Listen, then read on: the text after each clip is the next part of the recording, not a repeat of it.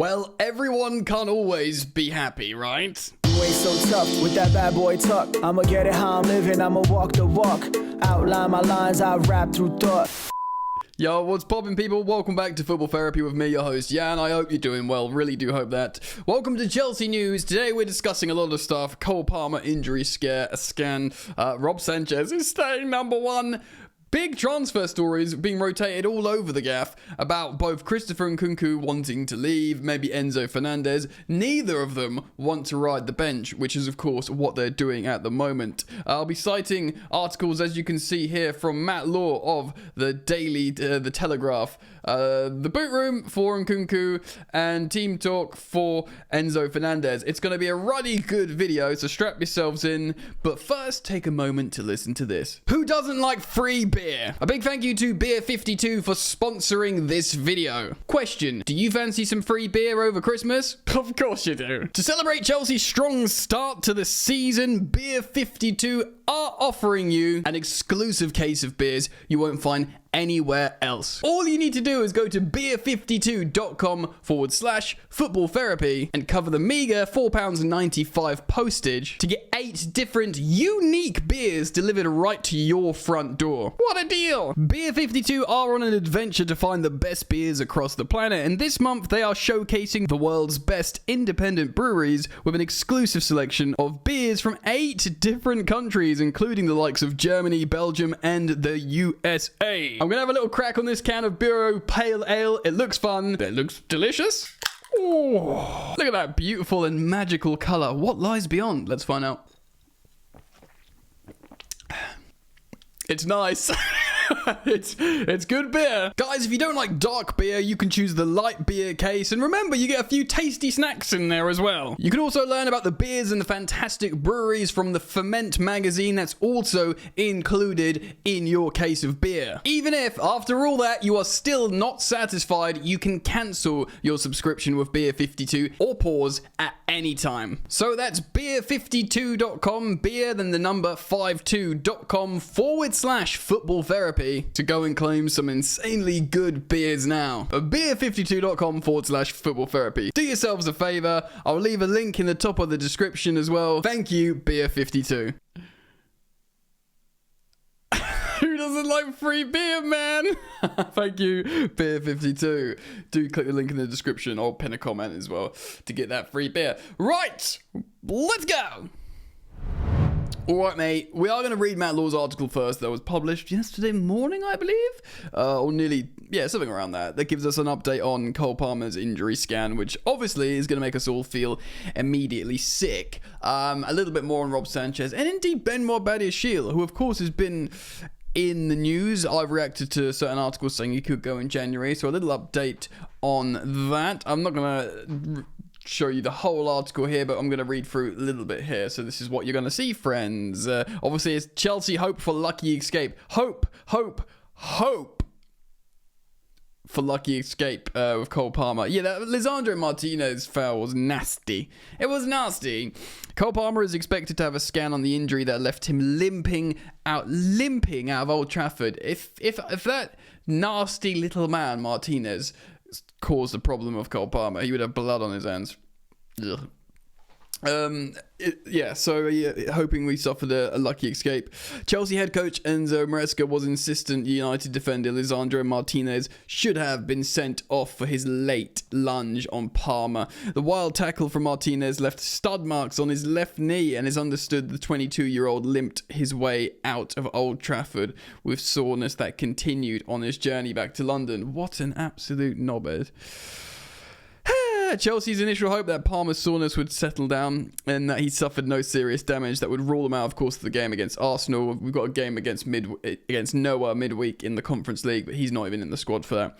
But he needs to be better. So Chelsea are expected to scan Palmer to be sure of the extent of the injury and receive formal confirmation that he did indeed suffer no more than a lucky escape.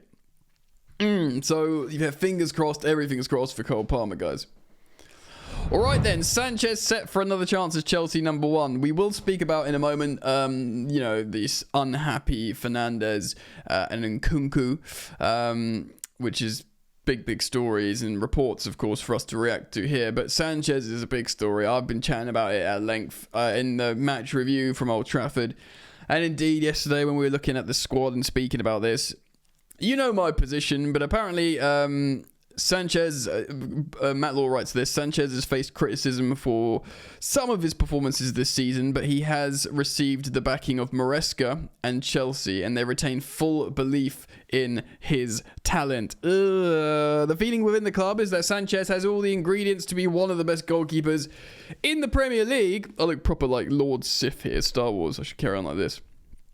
And that his decision-making will eventually catch up with his talent. Look, I've said it. He is talented. He's a big boy, and he can move quick for a guy so big. So he fills the goal up well, and he can get down. But when's his decision-making going to change, bro? Like, when does that happen? Surely, like, that's still something that happens when, you know, before your late 20s. He's going to turn 27 soon. And they view that as still relatively young for a goalkeeper, and it's hoped his performances will continue because he's the oldest in the squad, right? He must be. Yeah, he is the oldest in the squad. The oldest regular starter, anyway. I guess maybe Chile's older. Anyway, another player. So firstly, Chelsea retain full faith in Rob Sanchez as goalkeeper, which I don't like. Comment all you want on that. We can, talk about it, but that's how they feel. Interestingly as well, another player Chelsea retained faith in is central defender Benoit Badiashile, who's left, of course, understandably, behind Cole Palmer in the pecking order. It's understood Chelsea have no plans. He's only 23, Badiashile, still young, to leave the club, and he's part of their long-term strategy. While he and Colwell are predominantly seen as left-sided centre-backs, the pair showed they can play together, of course, against Liverpool at Anfield when the Frenchman replaced Tosin as a substitute. Badiashile has started Chelsea's Europa Conference League games, to all of them to date, and he's set to start against Noah. Look, man. The thing is, we thought for a while that maybe Disasi would be the guy to stay. Right? Because Disasi's positionally versatile, but Disasi's been poor. He sold us dreams with that performance away at the Etihad. I guess the passing's better from Badiashile. Chelsea have been really disappointed. Chelsea fans, should I say, not Chelsea, disappointed by them. I guess if you were to keep one out of the two, you'd keep Badiashile because he's younger and he can pass a bit better. But man, I ain't sold on either of them at the moment. A little reminder, guys, support the content. If you dig it, I'm getting some new graphics done because we're back on the green screen for a while. So lock yourselves in if you do like the content. Thank you for liking and subscribing. If you choose to subscribe, hit the bell. Let's speak about some potential exits. Alrighty then, let's talk about Christo first. It's a TBR exclusive, for whatever that means. Exclusives. Do we trust them? Almost certainly not. Although, I kind of get it. Christopher and Kungu becoming increasingly concerned at Chelsea stance as January exit is revealed. Yeah, I've been saying it, bro. Nkunku's an amazing player, but he is an amazing player that starts for an amazing team. He starts for like pretty much 95% of the teams in the world, and Chelsea aren't a team that he shouldn't be starting for in terms of quality. He will be turning 27. He's ruddy wicked. He's back in the France team and all this kind of stuff. Like, he can't be riding the bench for Conference League games and possibly, just playing out of position as a centre forward. We made a video yesterday. If you're yet to view it, go check it out, where I said Joao Felix is probably a better shout as centre forward than Nkunku. Not because I think he's a better player, just because I think if we can play as a false nine that way, and Joao Felix can be much less direct than Kungu kind of has to be, So, yeah, I made go and watch that video, yesterday's upload, if you're yet to watch it, because I found it was a good piece of content. After 10 games played, Chelsea are in 4th place, anticipating a crucial clash with Arsenal at Stamford Bridge just before the international break. Another international break. Just go away. All in all, Enzo Maresca has enjoyed a successful start at Chelsea. He's beginning to create a team out of the squad, which was previously a collection of high-quality individuals. True. Come together right now. Romeo Lavia and Caicedo are thriving in the midfield. Well, they're developing. They look like there's promise, right? And Maresca is starting to find a balanced setup, which hasn't been easy. It hasn't been an easy task at West London of late. That being said, the results of Maresca picking a fairly consistent starting side of late, several top quality players are being left on the sidelines. And again, with Joao Felix, I said yesterday, like, he's younger. And he's sort of committing. He sort of looks like he can play the long game a little bit more than Kungu. Kungu just feels like, dang, now's the time. And to that end, TBR Football understands that Christopher Nkunku is becoming increasingly concerned with his role in the Chelsea squad under Enzo Maresca. Nkunku was one of the first major arrivals under the new regime, of course, having agreed to join in late 2022 before finally arriving this summer after. Yeah, it was like a, we'll see you next year ting, wasn't it? Injuries have been an issue since he arrived. We spent more than £50 million, and Nkunku's actually started just 3 Premier League games. What? I see he's only started 3 Premier League games. I guess the first game of the season here, and that was it, and then 2 games last season. And obviously he was injured also. Yeah. It's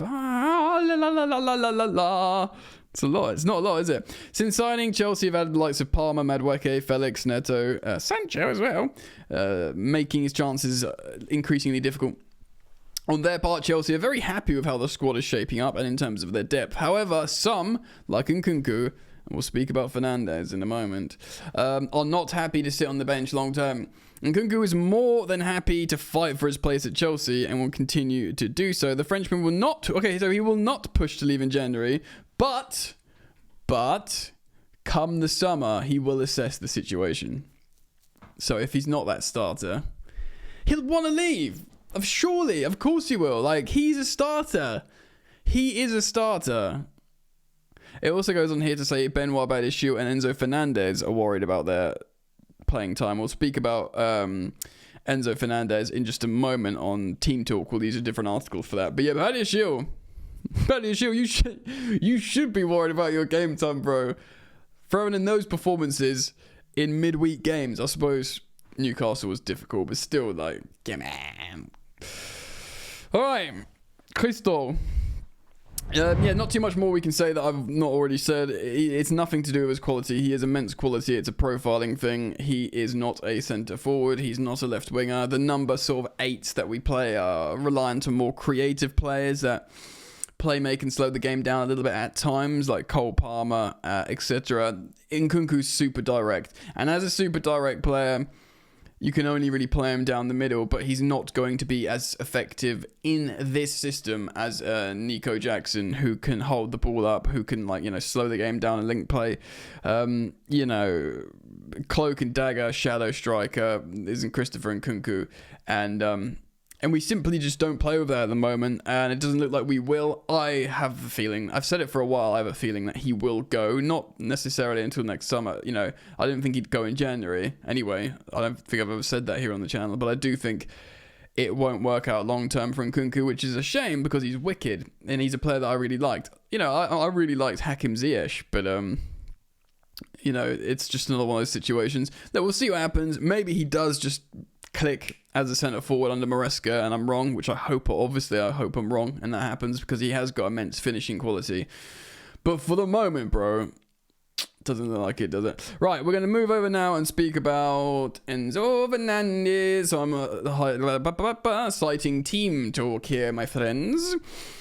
Explosive Chelsea exit ramps up as 2 huge clubs join Real Madrid in pursuit of expensive star. Inter Milan and Barcelona have reportedly joined Real Madrid. So I did say, didn't I? I did say Real Madrid and Barcelona feel like the kind of clubs he could go to, Enzo. In the hunt for Enzo Fernandez, as Chelsea midfielder has no intention of sitting on the bench in his if he slides down the pecking order continues. Fernandez is one of the Blues' most expensive signings, over 100 million, of course, in 2023, in the January. He's struggling for Wait, was it in January 2023? Yeah. So nearly 2 years, coming up on 2 years. He's struggling for minutes at the moment. He sat on the bench for the last three Premier League games already, only making a late substitute appearance in them. Amid his struggle to get on the pitch, it seems he could choose to take action.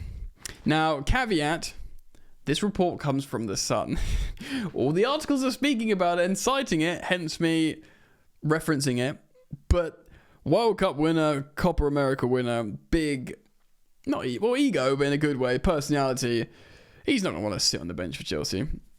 So the report says that though Fernandez is ready to fight for his place under Enzo Maresca, he has no intention for sitting on the bench for months.